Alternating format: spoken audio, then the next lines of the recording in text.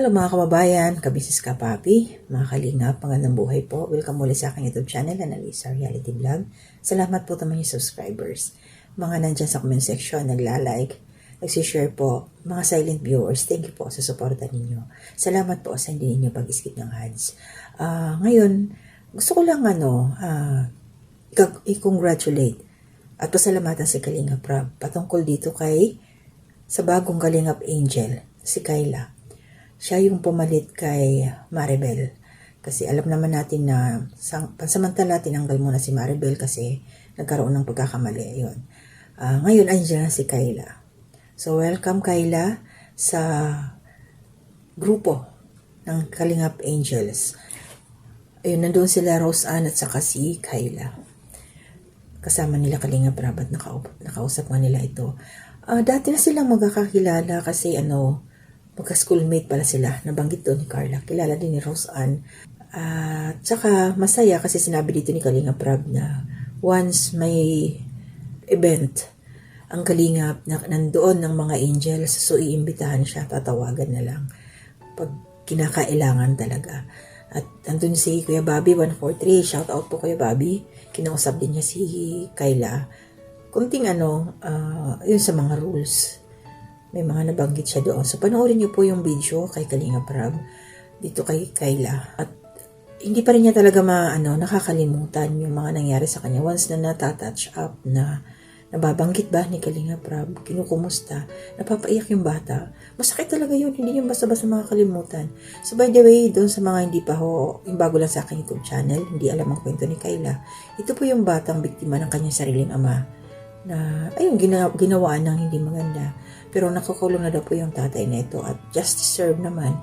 Kaya lang, pag nag-hearing daw, sana hindi na makalabas. Diba? Kasi kung walang hearing, di lifetime na doon. Pero doon sa hearing kasi malalaman kung ano yung resulta. Kaya salamat din doon sa comment section. May mga nababasa rin po ako na nagre-remind din kay Kalingap Rab na kailangan dumaan sa counseling ito si Kayla. Kasi every time, sariwa pa naaalala niya. So, kailangan niyang maglibang-libang. Kailangan niya na yung makakasama niya, yung mga taong masayahin, katulad yan sa Kalingap.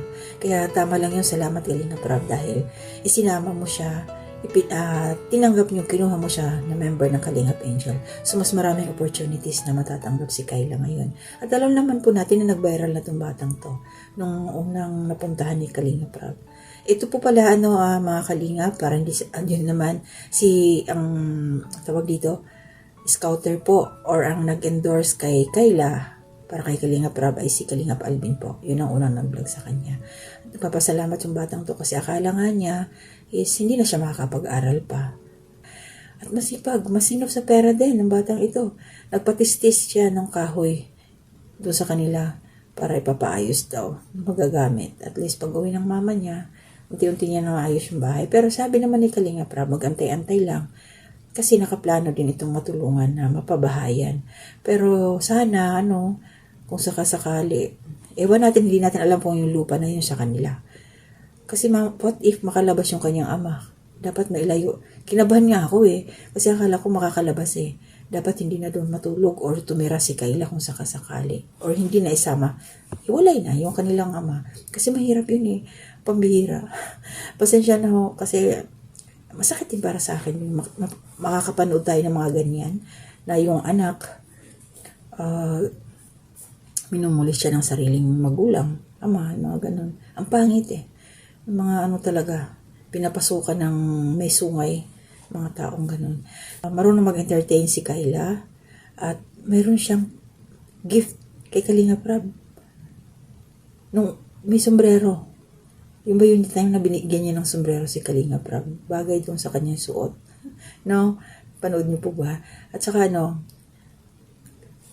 kahit ganun yung buhay nila, marunong siya mag-entertain ng bisita. Nagpamerienda, may nilagang saging at kamote. Magandang gesture sa isang tao na pag mayroong bisita, entertain mo. Ayan. Kahit nga tubig lang magpainom ka. Blessing na yun. Sign yun na mabait kang tao pag magbibigay ka ng mga ganun sa iyong kapwa. Lalo na pag may dumating, galing biyahe. serve water. Yun ang importante talaga una. So, masaya ako para kay Kayla dahil ito nakikita na natin yung unti-unting pagbabago sa kanyang buhay. Mararanasan niya na katulad ng mga nararanasan ng mga Kalingap Angel na atin sa mga party, nakakapag-travel. Isa na yun. Saka, bata pa itong ito. Bata pa si Kayla, maganda, may tsura. So, madedevelop pa ito siya dito sa Kalingap. Sabi nga ni Carla, si Rose Ann, na mapapaganda ang buhay basta na nasa Kalingap. Kasi, ayan, nakita naman natin yung resulta. Diba? So, praise God, thank you kila Kalingap Rab. Siyempre, kila Kuya Bal. Kasi kung wala si Kuya Bal, wala tayong lahat. Siya ang nag-umpisa eh. Kay Kalingap ay kay Kuya Bal, lahat tayo nag-umpisa.